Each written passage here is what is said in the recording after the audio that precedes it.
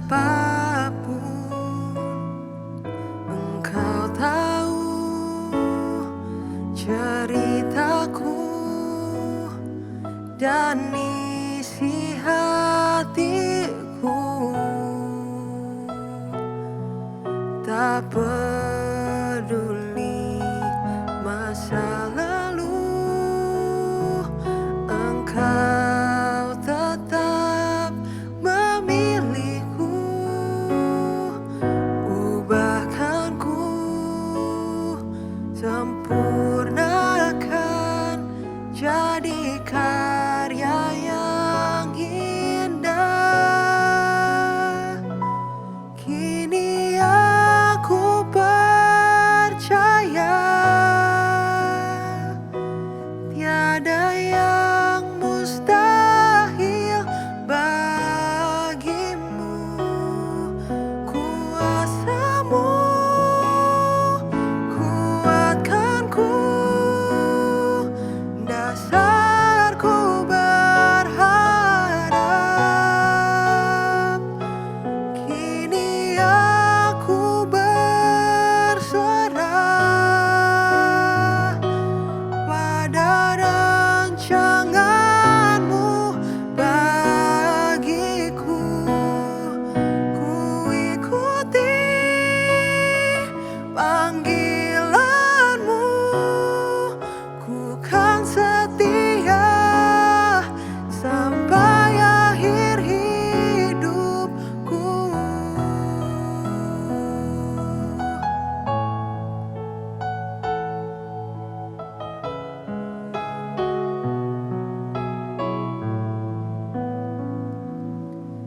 Tak peduli masa lalu,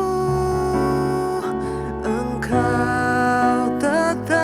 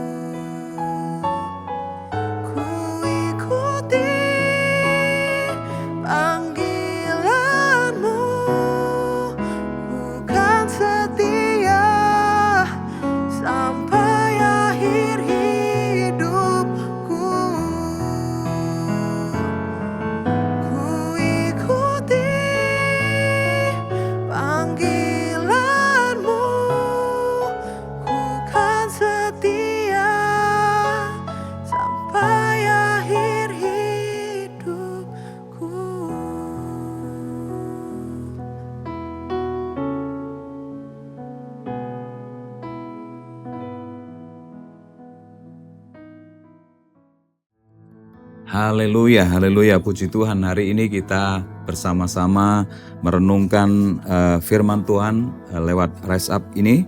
Dan kita sampai kepada 1 Tawarik 20. Saya akan membacakan ayat singkat ini. Pada penggantian tahun, pada waktu raja-raja biasanya maju berperang, maka Yoab membawa keluar bala tentaranya. Lalu ia memusnahkan negeri Bani Amon. Kemudian ia maju dan mengepung kota Raba, sedang Daud sendiri tinggal di Yerusalem. Yoab memukul kalah Raba dan meruntuhkannya. Sesudah itu Daud mengambil mahkota dari kepala raja mereka. Beratnya ternyata setalenta emas.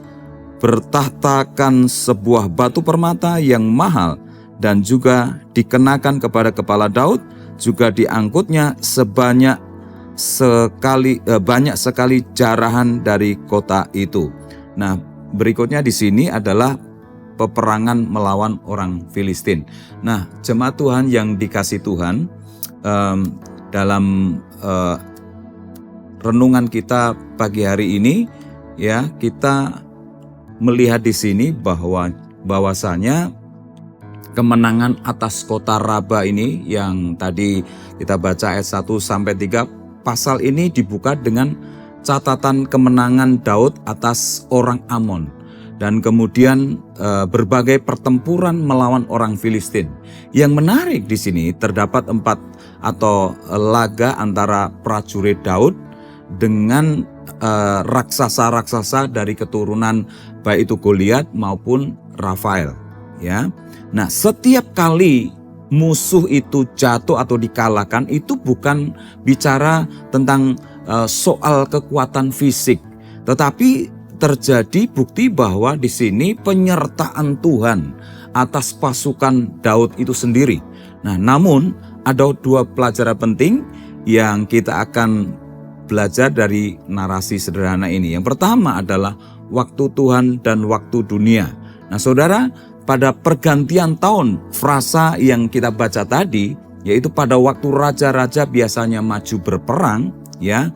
Frasa ini mengingatkan bahwa kita di dalam segala musim itu ada musim peperangan dan sekaligus ada musim yang namanya damai, itu secara bergantian. Nah, kadang-kadang kita ingin menang dalam sekejap, ya, dalam pergumulan kita. Tetapi Tuhan punya waktu tersendiri. Kita harus ingat, intinya saudara bukan kecepatan, tetapi seberapa kepercayaan kita terus bangun di hadapan Tuhan. Nah, 4 raksasa yang dikalahkan ini mewakili satu tantangan besar dalam hidup kita. Nah, masalah kesehatan barangkali, masalah finansial atau relasi, bahkan masalah spiritual atau rohani yang kadang-kadang tampak begitu tak terkalahkan. Nah, tetapi ketika Tuhan menyertai, nah, tidak ada raksasa yang terlalu tinggi atau terlalu kuat. Nah, kedua hal yang kita bisa lihat di sini, ya, selain tadi waktu Tuhan, waktu dunia, adalah keturunan raksasa ini menjadi satu simbol kesombongan. Ayat 4 sampai yang ke-8.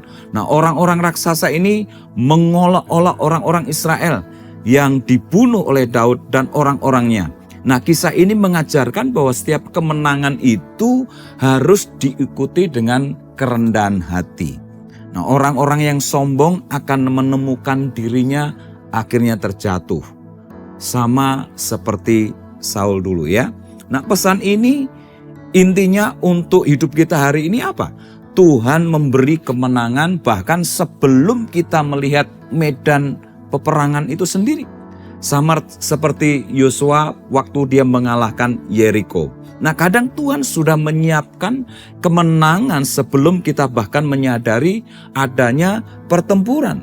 Jangan meremehkan sekali lagi musuh-musuh kita, tetapi juga jangan terlalu melebih-lebihkannya.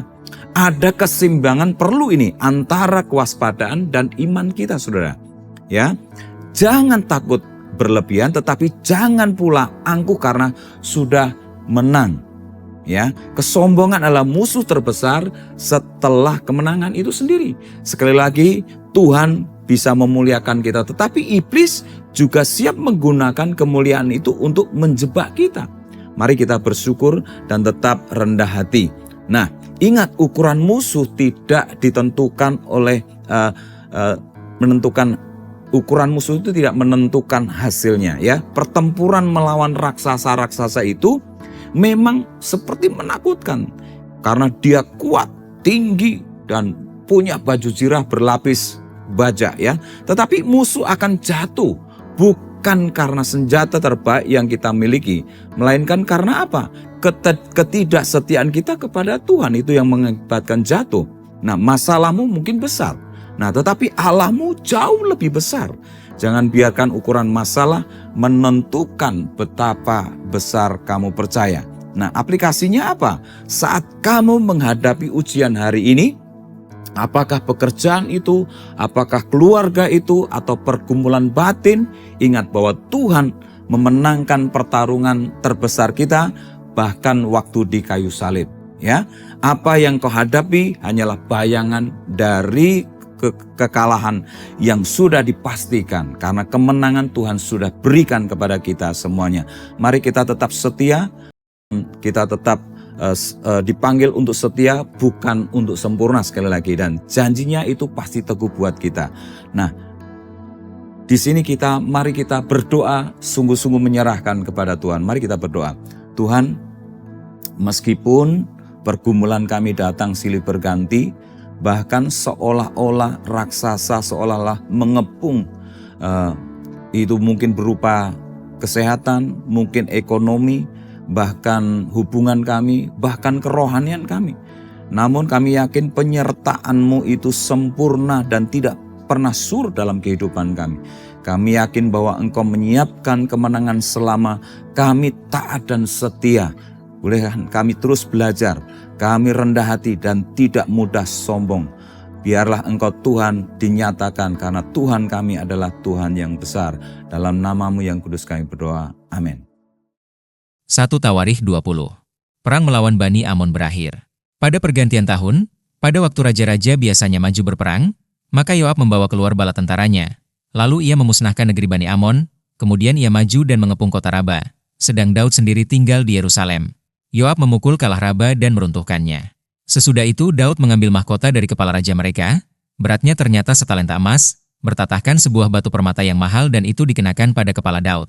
Juga diangkutnya banyak sekali jarahan dari kota itu. Penduduk kota itu diangkutnya dan dipaksanya bekerja dengan gergaji, penggerak besi dan kapak. Demikianlah juga diperlakukan Daud segala kota Bani Amon. Sesudah itu pulanglah Daud dengan seluruh tentara ke Yerusalem. Peperangan melawan orang Filistin. Sesudah itu timbullah pertempuran melawan orang Filistin di Gezer. Pada waktu itu Siphai, orang Husa, memukul kalah Sipai, seorang dari keturunan raksasa, dan mereka ditundukkan. Maka terjadilah lagi pertempuran melawan orang Filistin, lalu Elhanan bin Yair menewaskan Lahmi, saudara Goliat, orang Gad itu, yang gagang tombaknya seperti pesat tukang tenun. Lalu terjadi lagi pertempuran di Gad, dan di sana ada seorang yang tinggi perawakannya, yang tangannya dan kakinya masing-masing berjari 6, 24 seluruhnya, juga orang ini termasuk keturunan raksasa. Ia mengolok-olok orang Israel, maka Yonatan, anak Simea kakak Daud, menewaskannya. Orang-orang ini termasuk keturunan raksasa di Gad. Mereka tewas oleh tangan Daud dan oleh tangan orang-orangnya.